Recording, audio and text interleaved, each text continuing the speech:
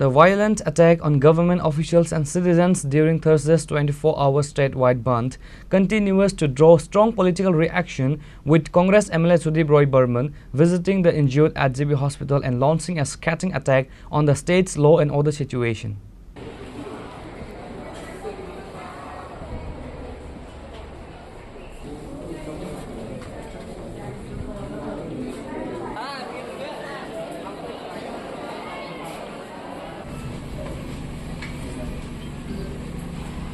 The violence, which erupted in Kamalpur Santir Bazar and was allegedly perpetrated by miscreants linked to Tripura Motha, saw Salima Block Development Officer Abhijit Majumdar, an engineer and several others severely injured.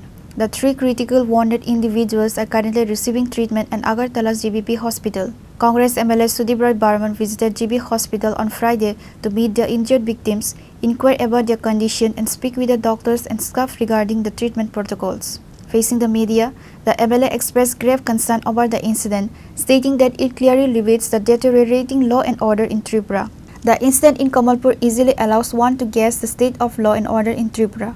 A jungle raj has been established in the state. The BDO of Salima block and the engineer were brutally assaulted even in front of the police.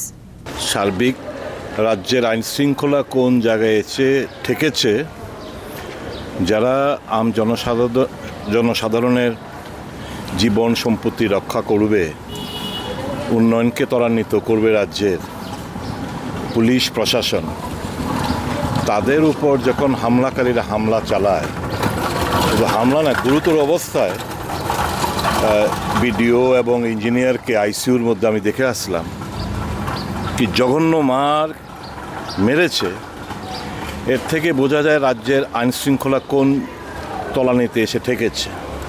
এটা একটা জঙ্গলের রাজত্ব কায়েম হয়ে রয়েছে পুলিশের সামনে। সবচেয়ে ব্যাপারটা হচ্ছে, যা আমাকে বলল বিডিও সাহেব এবং এই ইঞ্জিনিয়ার বন্ধুটি বললো, আমরা তো পুলিশ প্রচুর ছিল, পুলিশের সামনে আমরা গাড়ি থেকে নেমেছি, বাঙালি বলে এদেরকে মানে মারধর করতে শুরু করেছে।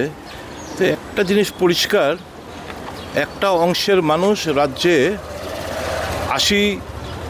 পরিস্থিতি ফিরিয়ে আনতে চায় রাজনৈতিক লাভালাভের জন্য, এবং এখন প্রশাসনের কাছে আমার অনুরোধ থাকবে, তদন্তক্রমে যে বন্ধের আহ্বায়ক তার বিরুদ্ধে, যারা হামলাকারী, তদন্তক্রমে তাদের বিরুদ্ধে মামলা রুজু করা এবং দৃষ্টান্তমূলক শাস্তি প্রদান করা।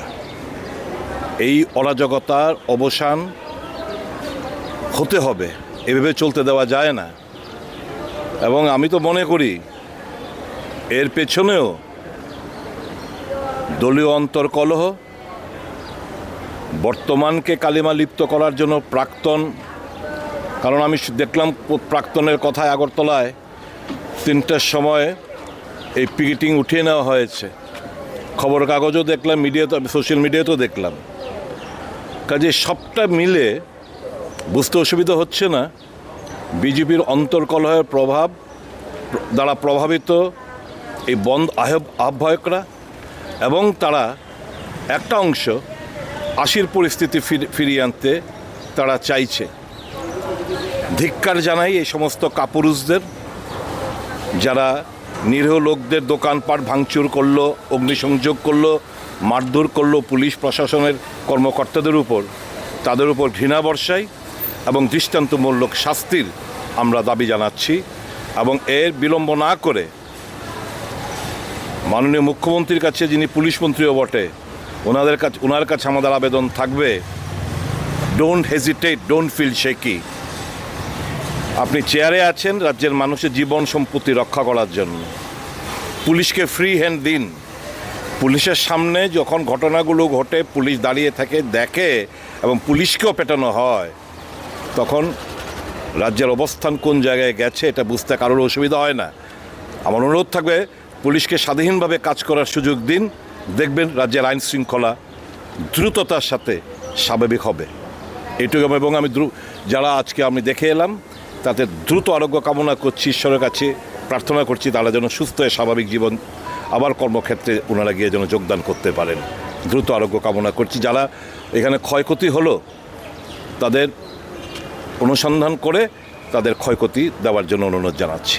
দেখা যাচ্ছে যে সেটাই তো বললাম, আমি যে স্টেটমেন্টটা দিলাম এটা একটু ভালো করে শুনলে বুঝতে পারবেন কী ঘটনাগুলো ঘটেছে। তো বুঝতে কারোর অসুবিধা হচ্ছে না কারা রাজ্যের মধ্যে অশান্তি চাইছে, এবং কী কারণে চাইছে, ডিসলজ করার জন্য, কালিমালিপ্ত করার জন্য, এবং রাজ্যে আবার দাঙ্গার পরিস্থিতি তৈরি করার জন্য। ধিক্কার জানায়, ঘৃণা বর্ষে এদের উপর। The Congress leader vehemently demanded that the administration take immediate and appropriate action, calling for legal cases to be filed against both the organizers of the bandh and the attackers. Reported by Amit from Agatla, Chini, Khorang.